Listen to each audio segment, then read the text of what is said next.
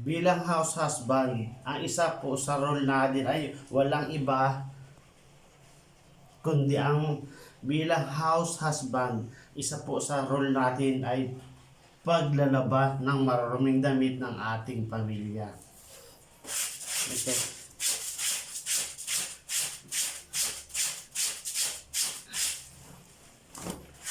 Twice a week po naglalaba ako ng damit namin. Tatlo lang po kami dito. Yung sa akin, kay Mrs. Tsaka doon sa kay sa isa namin ni Kaiha.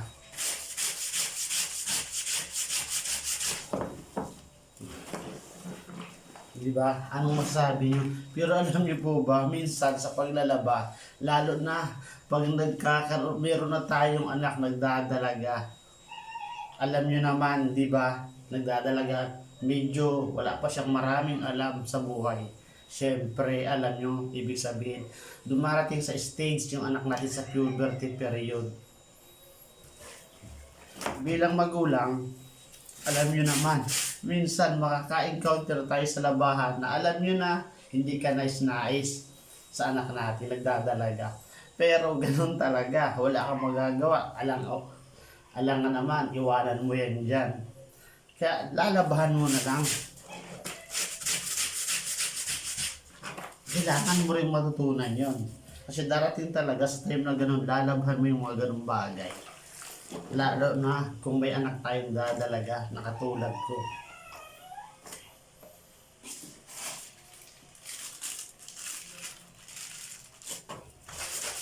Bilang magulang, bilang tatay, gagawin mo yan. Kahit minsan, labag sa iyong kalooban, wala tayong magagawa.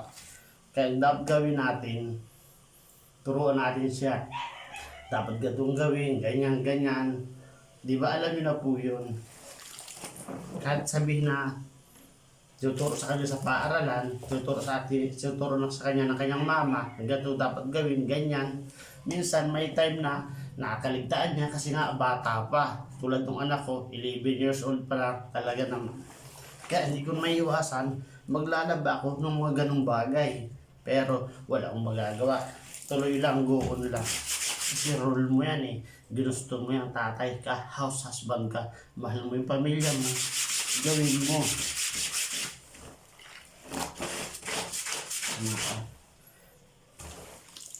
Ginawa ko, binabad ko ito kanina.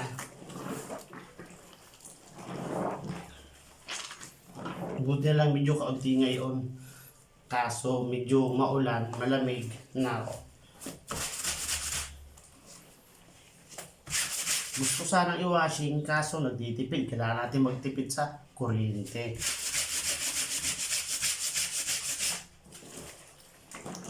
Pagkatapos nito, magluluto pa po ako nung lunch namin, nung aking unikaiya.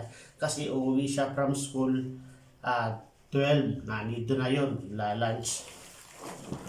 At si Mrs. naman, datiting na yun dito from work ay 8 PM na dumadating siya.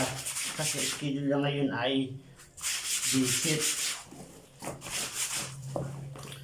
Kaya minsan ginagawa ko, pag ganito, pag kabila ng anak ko, bibili lang ako ng luto. Lalo pag marami akong ginagawa, bibili lang ako ng lutong ulam. Tapos masaing na lang ako.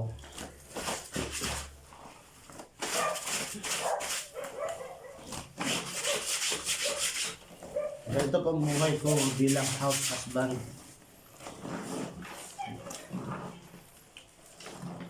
Ito schedule ko ngayon. Bukas na ang schedule ko naman paglilinis naman itong bahay.